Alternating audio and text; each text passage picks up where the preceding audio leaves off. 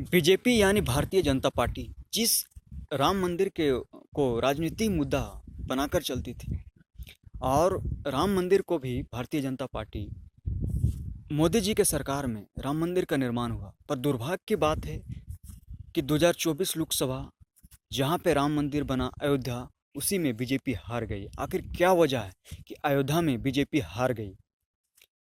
तो मैंने जब अयोध्या के बहुत सारे वीडियो को देखा, बीजेपी के हारने के बाद मैंने अयोध्या वासियों के बहुत सारे वीडियो को देखा, तो पता चला कि वे वे राम मंदिर को बनने को लेकर तो खुश हैं, पर जो उन्हें मुआवजा मिला वो उचित नहीं मिला। वे वहाँ के लोग कह रहे हैं कि हमें उचित मुआवजा नहीं मिला, जिसके कारण बीजेपी यहाँ से अपना सीट हार चुकी है। वहाँ के मैंने वीडियो देखा और वे कह रहे हैं कि यहाँ के जो सांसद थे, हम जब दुख दर्द में थे तो उस सांसद ने हमारी पीड़ा नहीं सुना, जिसके कारण हमने उन्हें वोट नहीं दिया।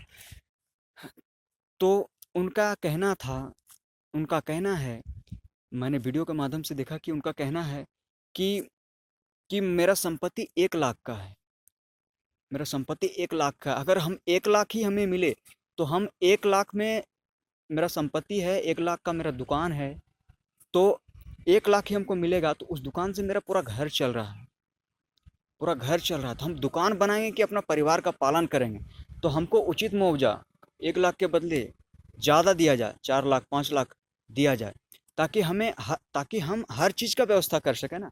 किसी का बेटी का शादी रुक गया, कोई अपना बच्चा को नहीं पढ़ा पाया, वीडियो के माध्यम से सब चीज़ पता चल रहा है कि कोई अपना बच्चा को नहीं पढ़ा पाया, कोई किसी का बेटी का शादी रुक गया, तो सरकार को पहले वहाँ के लोगों के समस्या को देखते हुए वहाँ के ज़मीन को तोड़ना चाहिए था। लेकिन बिना समस्या को समस्या को ढंग ढंग से नहीं देखा गया और पहले ही उनके संपत्ति को तोड़ दिया गया, जिसके कारण ये नाराज़गी हुआ और बीजेपी वहाँ से हार गई। तो बीजेपी हार गए। आप ज़रा सोचिए कि राम मंदिर का जो निर्माण हुआ वो 1800 करोड़ की लागत से हुआ। अब पूरा देश से चंदा 2500 करोड़ का गया, पूरा देश से चंदा 2500 करोड़ गया, तो वहाँ के लोगों में भी तो काफ़ी करोड़ खर्चा करना चाहिए वहाँ के लोगों के सुख सुविधाओं के लिए। लेकिन वहाँ के लोग कह रहे हैं कि हमें कुछ ज़्यादा हमें ज़रूरत भर भी सुख सुविधा नहीं दिया गया और हमारी संपत्तियों को नुकसान पहुँचाया गया, जिसके कारण बीजेपी वहाँ से अपना सीट गवा बैठी।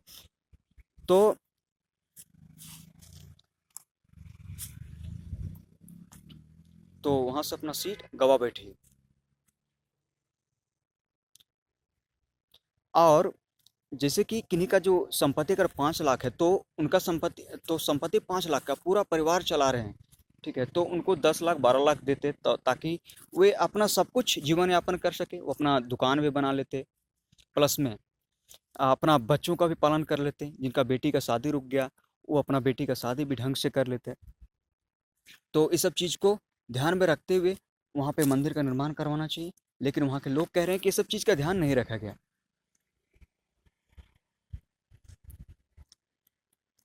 और एक मैंने वीडियो देखा अयोध्या का कि एक पुजारी थे जिनका मंदिर टूट गया, और वो कह रहे हैं कि हमें अयोध्या के मंदिर, जिनका मंदिर जो टूटा है, तो वहाँ के वो जो पुजारी उस मंदिर में काम कर रहे थे और उसी से उसका घर संसार चल रहा था, तो उन्हें अयोध्या के मंदिर में काम भी तो मिलना चाहिए था, तब तो वो अपना घर संसार नियमित रूप से चला सकते।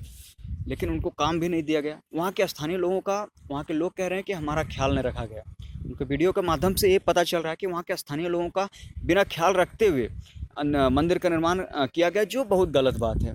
जिन जिन लोगों के त्याग से जिन लोगों के त्याग से मंदिर का निर्माण कराया गया, जिन लोगों के त्याग से मंदिर का निर्माण कराया गया, जिन लोगों के घरों और दुकानों के बलिदानी से मंदिर का निर्माण कराया गया, तो सरकार का फर्ज बनता था कि वहाँ के लोगों के पूरी मूलभूत सुविधाओं का भी ख्याल रखते हुए काम करना चाहिए था।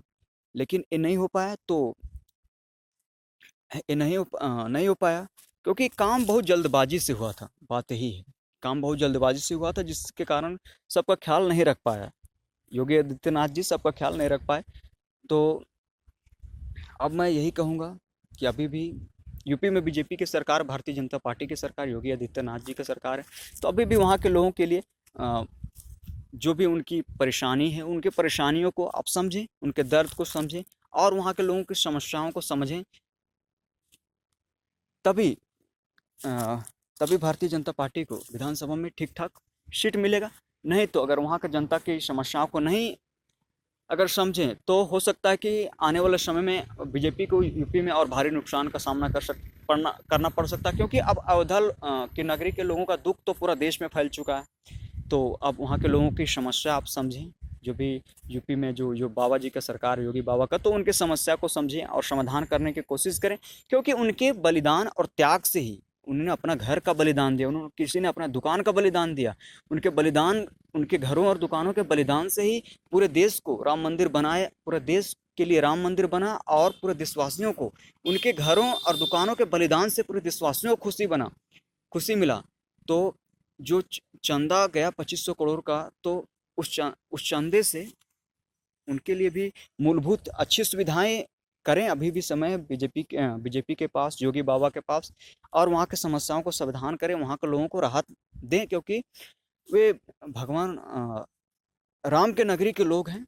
और भगवान राम जो थे वे हर काम को प्रजा हित में करते थे। भगवान राम हर काम को प्रजा हित में करते थे। और रामायण में एक बात कहा गया है कि जो इंसान अपने जिम्मेवारी और उत्तरदायित्व को ठीक से निभाता है, वो इंसान देवताओं से भी ऊंचा उठता है। और भगवान राम मर्यादा पुरुषोत्तम थे, मर्यादित राजा थे, और कोई हर काम को करते थे वो प्रजा हित में करते थे। और राज धर्म को निभाने के लिए अपने पत्नी को कुछ दिन त्याग दिए, तपोवन के जंगल में छोड़ दिए, जहाँ पे लौकुश का जन्म हुआ। तो कहने का मतलब है कि भगवान राम के नगरी में सबसे पहले भगवान राम के आदर्शों पे वहाँ के सरकार को चलने की आवश्यकता है। तभी वहाँ के लोगों को सुख सुविधाएं मिलेगा और वहाँ के लोग खुशी होगा, और वहाँ के लोगों को जब खुशी होगा तो पूरे देश को खुशी होगा। और मैं फिर से बोलूँगा वहाँ के सरकार को, योगी बाबा को, यूपी के सरकार को, कि वहाँ के लोगों को बेहतर सुविधाएं दें, ताकि जिस मंदिर के निर्माण के कारण पूरे देश को खुशी मिला, जिसके बलिदान त्याग, जिसके घरों के दुकानों के बलिदान त्याग से पूरे देश को खुशी मिला, पूरे दुनिया को खुशी मिला, क्योंकि हिंदू तो पूरा विश्व में है, सनातन तो पूरा विश्व में, पूरे दुनिया को खुशी मिला, क्योंकि कि राम जो हैं पूरे सनातन धर्म के पूर्वज हैं, पूरे दुनिया को खुशी मिला। तो मैं यही कहूँगा कि यूपी के सरकार को, कि वहाँ के लोगों को ठीक ठाक सुविधा दें, ताकि वहाँ के लोगों को खुशी मिले, और पूरे दुनिया को, वहाँ के लोगों को जब खुशी मिलेगा तो पूरा दुनिया को खुशी मिलेगा। धन्यवाद। जय हिंद, जय भारत, जय श्री राम सभी को।